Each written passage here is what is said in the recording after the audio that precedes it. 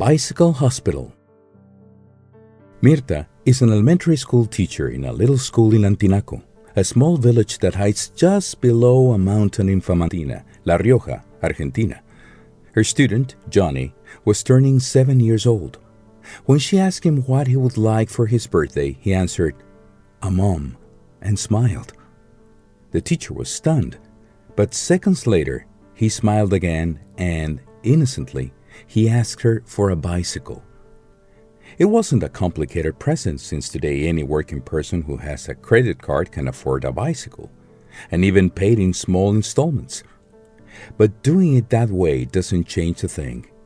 It only brings individual happiness to the boy and to the teacher. I presented the story to the audience of the radio where I work, and it fell on fertile soil. Those who were listening started to get in touch. The ideas began to multiply, and there was an unstoppable synergy.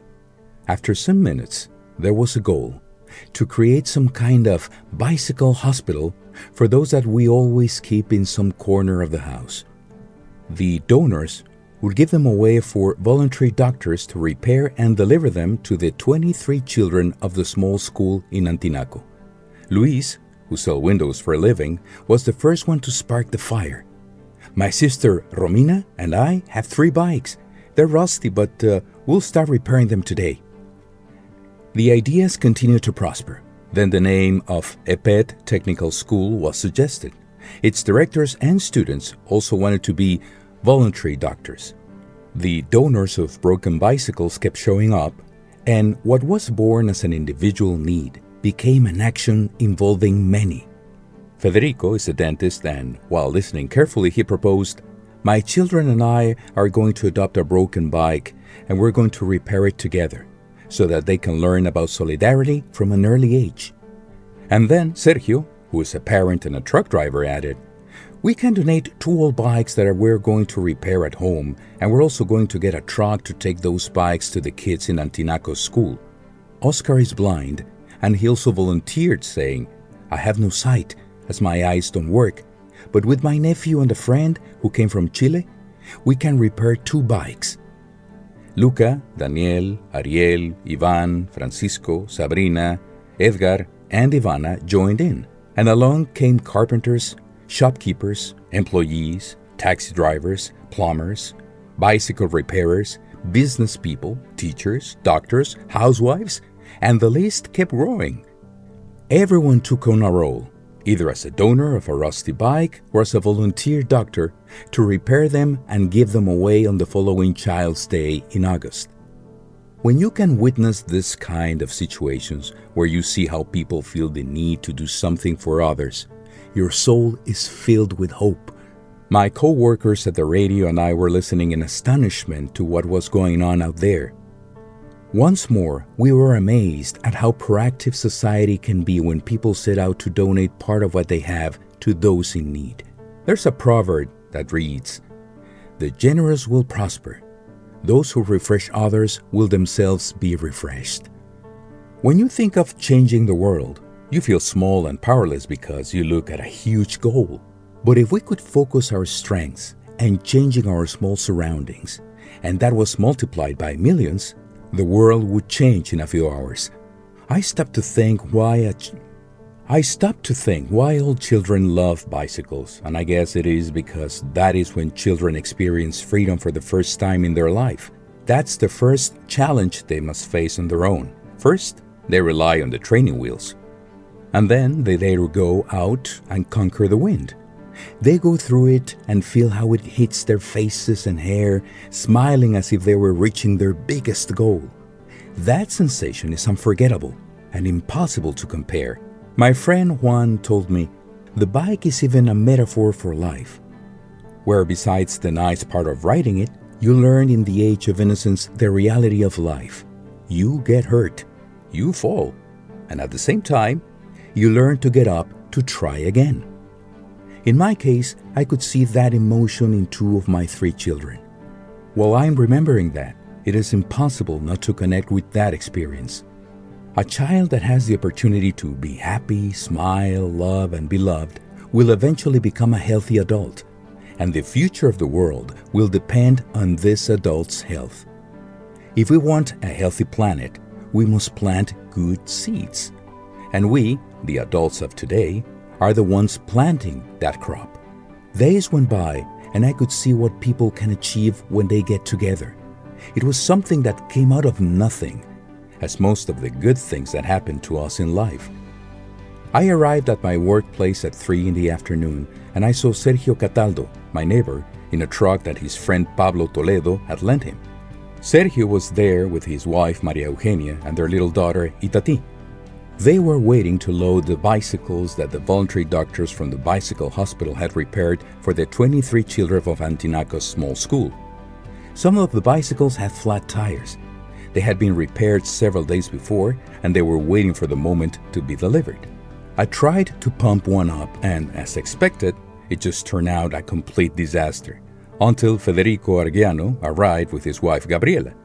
The town's dentist took the pump of me, and in 20 minutes, he checked the bicycles so that they could arrive in good condition at their destination. A few minutes later, Mauricio Lozano and his wife Bettina arrived. They brought some delicious treats to share. Before that, Ariel Cabeza had arrived with bottles of water and lollipops. The convenience store, Apu, contributed with some small bags of toys. And Doña Blanca Quintana brought a delicious sponge cake that was added to a box full of pastries provided by Mauro and Toledo Bakery.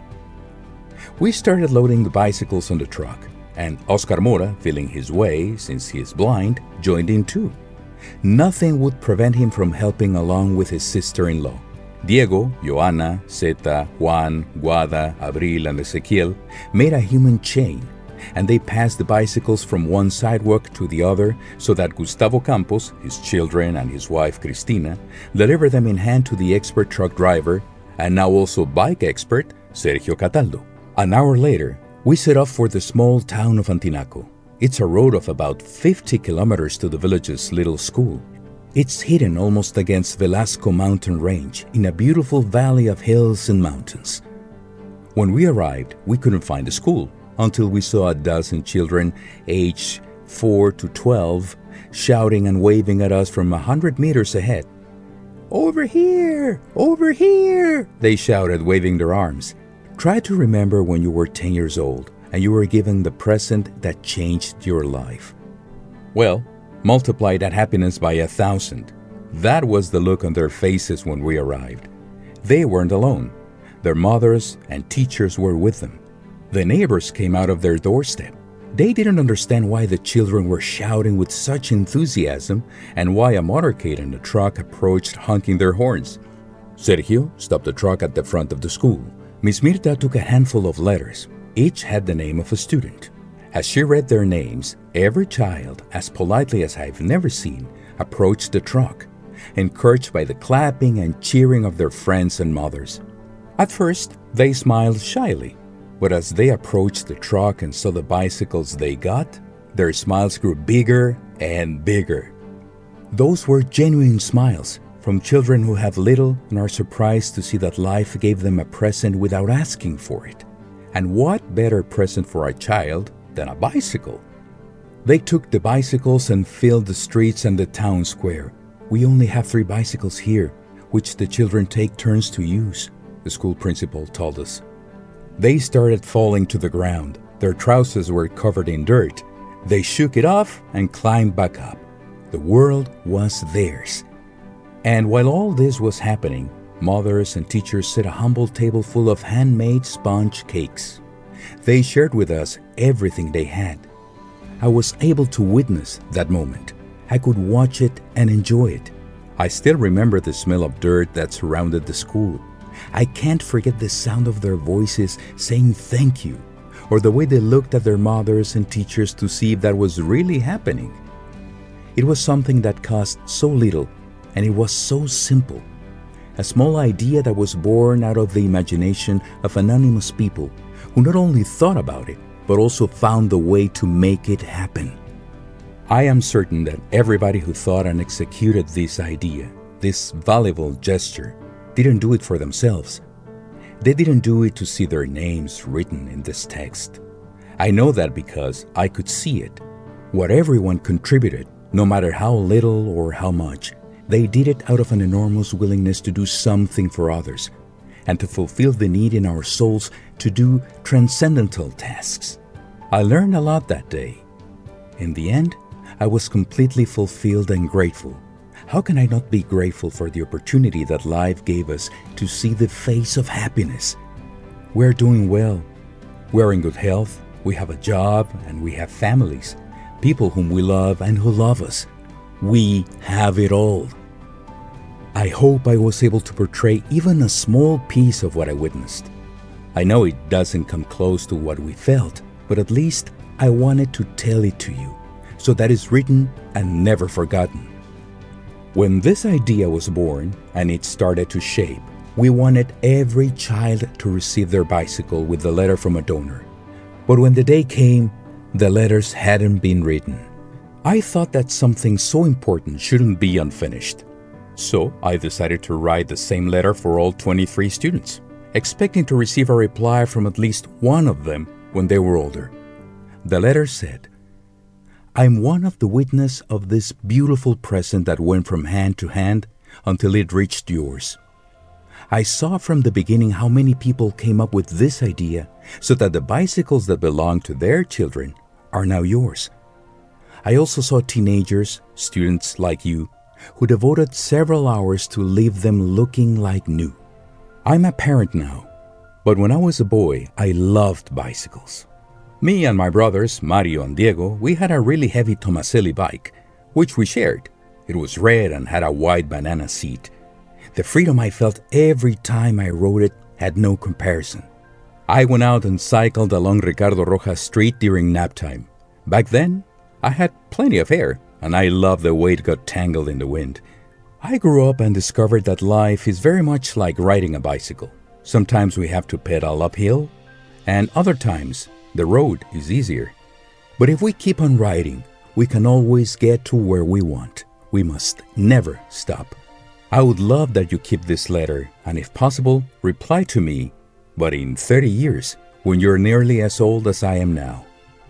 If you have children then, I want you to tell me about that experience, about your work, your personal achievements, and the path that took you to where you are then. And if I'm not around anymore, I'd love that you gave your letter to my children, Abril and Ezequiel. And if they're not going through a good moment, you help them get back on track. I have 3 children, but I was never able to see the youngest one, Agustin, ride a bicycle because he left before us when he was less than 2 years old. In this journey, I was able to learn a lot. Sometimes it was like going uphill. Other times, I fell really hard, got seriously wounded, and I even thought about quitting. But God reached out to me, helped me to get up and encouraged me to keep going, as I did when I was little with my bike. I hope that your life is an adventure full of happy moments. I hope that you get on your bike and never get down, that you decide to travel down roads that no one has ever traveled, that you leave your own mark and achieve all your goals. But never forget that although you may be on top today, yesterday, when you were starting from below, you would have loved that someone helped you and taught you how to ride. I hope that you never lose hope, that you hold on tight to your faith and trust your strength. And if you ever feel afraid, remember that you are in control. Never let fear control you. Thank you for giving us the opportunity to see you ride your bicycle. Thank you for reminding me that life is more than what I get for myself. Thank you for receiving us at your school and smiling at us. Thank you for letting me be a fortunate witness of the gesture made by several anonymous people who decided to give you part of their lives so that today you can write your own. I learned a lot from all of this, and I love learning. I look forward to your letter in 30 years. Please keep this one safe and don't forget, I look forward to reading from you, or that my children will, on August 7, 2047. You have my good wishes and gratitude. I send you a big hug. May God, life, and your willpower take you to a higher path.